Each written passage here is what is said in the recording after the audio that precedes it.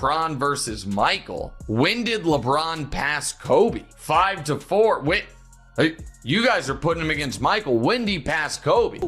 Doing this at age 39, year 21 seemed impossible. So the idea that he wouldn't still be a really good player at 42 in year 24, like, I just don't think he'll ever be bad. And expose Nick Wright like I've never exposed Nick Wright before. And to tell you the truth, he's going to help me with it. Hating on LeBron to call him the second greatest player ever. Yes, we all know he's the second greatest player ever, but he's no Michael Jordan. Nick Wright accidentally destroys LeBron's legacy while praising Jordan, and once people heard it, they caught it instantly. Because this was not one of those reaches where fans are twisting somebody's words. This was straight from Nick's own mouth, and that is exactly why it hit so hard. You know what? Let's just not have the argument anymore. They're both great. Let's just agree to disagree. That's happening. And the other thing that started with the Steph conversation is, you know what? Everybody's a GOAT. Steph's a GOAT. Kobe's a GOAT. LeBron's a GOAT. Kareem's a GOAT. Michael's a GOAT. They're all GOATs. They know they've lost the argument. What made this moment even crazier is that Nick was not trying to talk about Jordan versus LeBron directly at first. He was trying to make a point about the modern NBA. He was talking about resting, players sitting out, meaningless regular season games, and how the league is losing some of what made it feel special. On the surface, that sounds like a normal basketball rant. Plenty of people say the same thing. Fans are tired of buying tickets just to find out the stars are not playing. Analysts complain about it all the time. So at first, it sounded like Nick was just doing what Nick does, giving a strong take and leaning into it. But then he brought up that Jordan story, and that is where everything flipped. So doing this at age 39, year 21 seemed impossible. So the idea that he wouldn't still be a really good player at 42 in year 24, like, I just don't think he'll ever be bad. And expose Nick Wright like I've never exposed Nick Wright before. And to tell you the truth, he's going to help me with it. He starts talking about being a kid, about how his mom took him to New York to watch Michael Jordan play the Knicks in the final game of the regular season. And that part matters, because this was not some playoff classic. This was not Game 7. This was not a must-win battle for seeding. In fact, by his own retelling, the standings were already set. The Knicks were locked into one spot. The Bulls were locked into another. The game basically meant nothing in terms of the bracket. But Michael Jordan still played major minutes. Patrick Ewing still played major minutes. And to Nick, that moment mattered. It stayed with him. It helped make him fall in love with basketball. And that is where the trap closed. Because the second you tell a story like that, you are no longer just making a point about one game. You are creating a standard. You are telling the audience what greatness looks like to you. You are saying that even when the game doesn't matter in the standings, the true stars still show up, still play, and still give fans something real. And once you say that out loud, once you frame it that clearly, you cannot control where people take it next. Because now they have your rule, now they have your measuring stick, and people immediately knew where that measuring stick was headed. Here's the part nobody's talking about. Nick did not just praise Jordan in that moment. He praised an entire mindset. He praised the idea that legends don't check out just because the stakes are low. He praised the idea that the game always matters, the fans always matter, and the standard should always be the same. That sounds great when you were talking about Jordan, but when you've spent years building one of the strongest public defenses of LeBron James in sports media, you'd better be very careful with a standard like that, because if LeBron doesn't match it, then you have a problem, a big one. No, he played 5. Without him? Yeah. Yeah, I count the whole career. The whole career. Even silly me. But one, he was hurt when he came back count the the whole second career. year. The whole career. Okay. He wasn't hurt in the playoffs when he got his ass swept. And this is where it gets dangerous, because LeBron's career, for all its greatness, has not followed that exact model.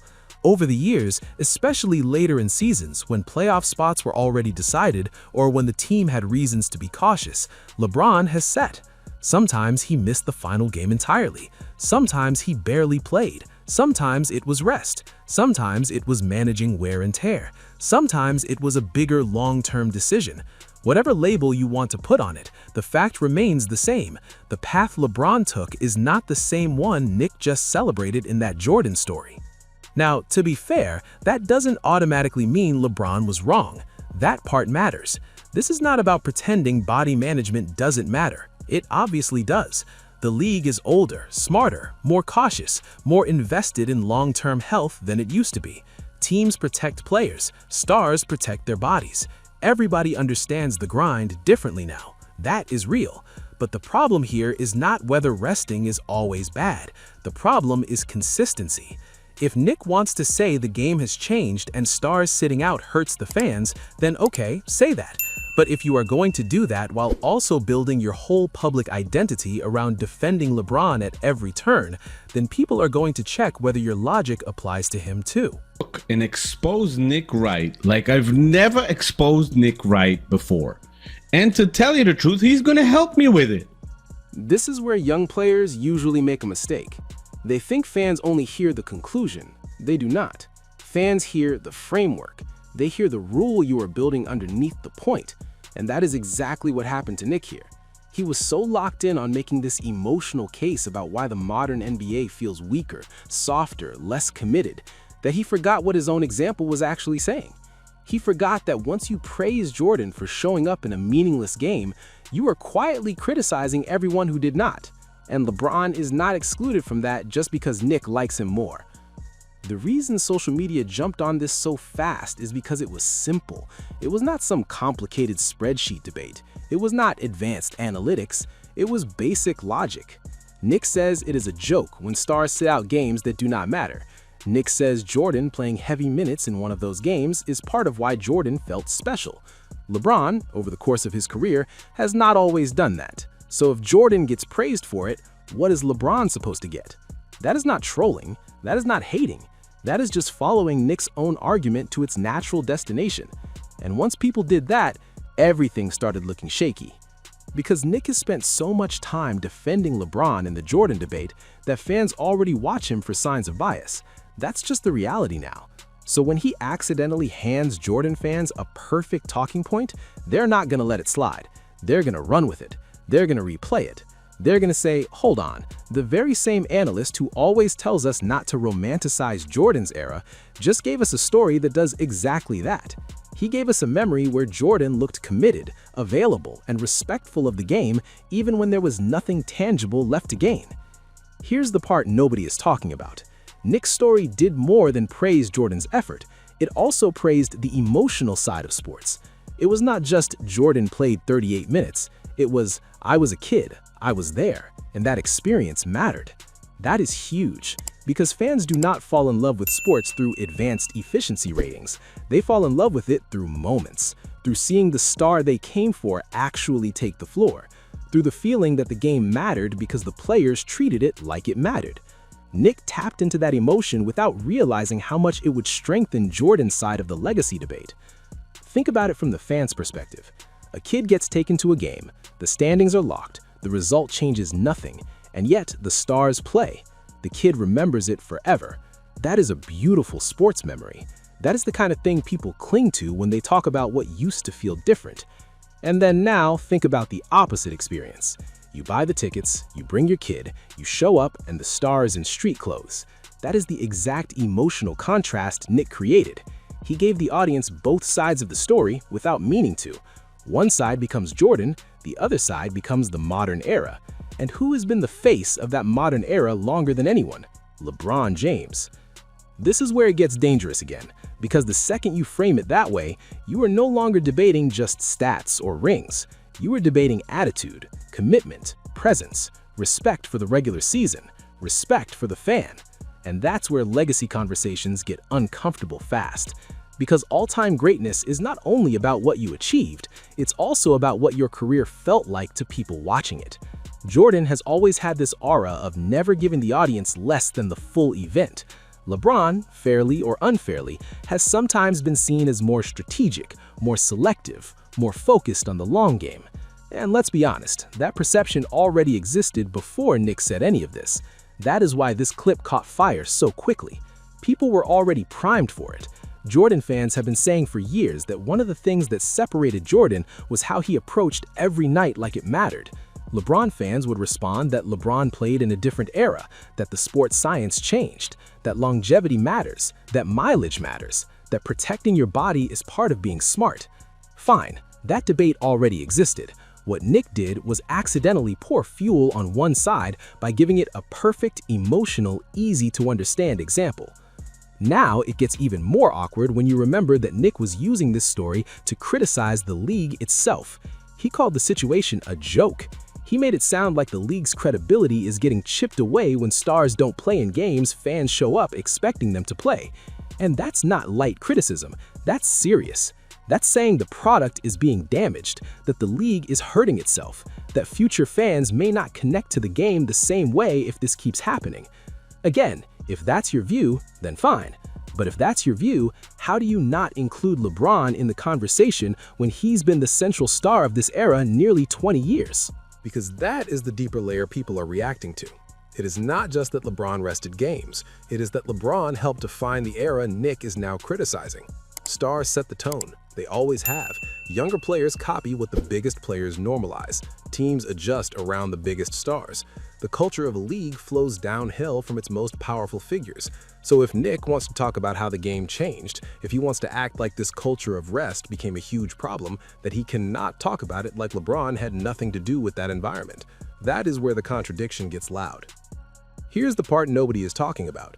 Nick was trying to separate LeBron from the modern league problems, but his Jordan story made that impossible. Because the moment he said Jordan played big minutes in a game that meant nothing, he unintentionally asked the audience to compare that with LeBron's habits in similar spots. He opened a side-by-side, and when you open a side-by-side between Jordan and LeBron, you better know exactly where every detail lands, because fans will not miss it. They are too locked in, they are too invested, they are too tired of double standards to let something like this pass quietly. And this is why people keep saying Nick exposed himself.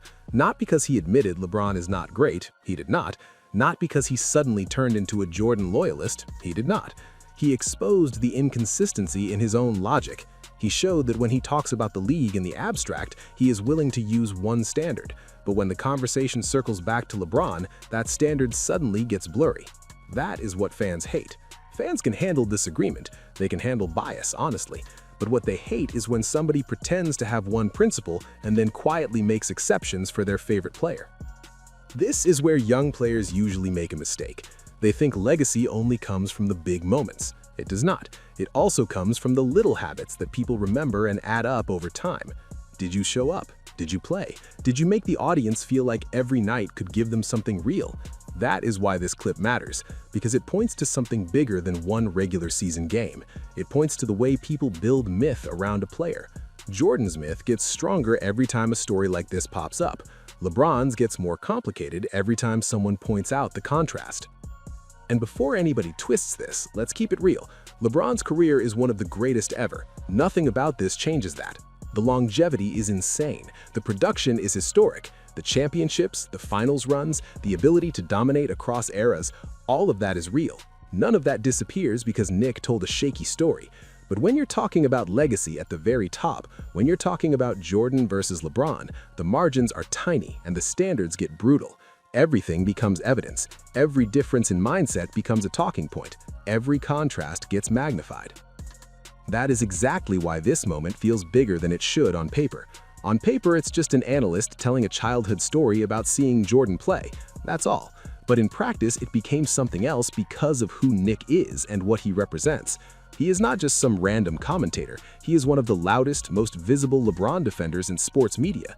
So when someone like that tells a story that makes Jordan look like the model of commitment and unintentionally makes LeBron look like the face of the problem, people are going to call it what it is, a self-inflicted mistake.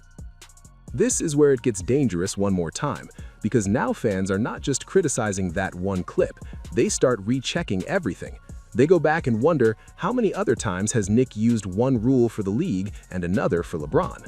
How many other times has he pushed a standard only when it helps his side? How many times has he criticized a trend without fully acknowledging that LeBron lived right in the middle of it?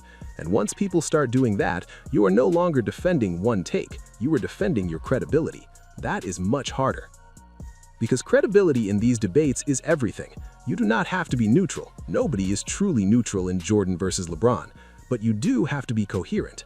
Your logic has to travel. It has to survive contact with your favorite player. If your rule falls apart the second someone applies it to LeBron, then it's not a rule. It's just a weapon you only use when it helps. And that's the box Nick put himself in with this one. He gave a beautiful, emotional, pro-Jordan example and then forgot that it would echo directly into the LeBron conversation he spent years trying to shape. What makes this even more ironic is that Nick probably thought the story would strengthen his authority. He probably thought it would make his criticism of the modern league feel more personal, more lived in, more authentic. And it did. That's the funny part. It absolutely did. But it also made his blind spot easier to see. The more real the story felt, the harder it was to ignore the contradictions sitting inside it. If Jordan playing 38 minutes in a meaningless game is part of what made the NBA feel special, then what are fans supposed to think when LeBron in his era doesn't follow that same standard? That question is brutal because it comes naturally. You don't have to force it.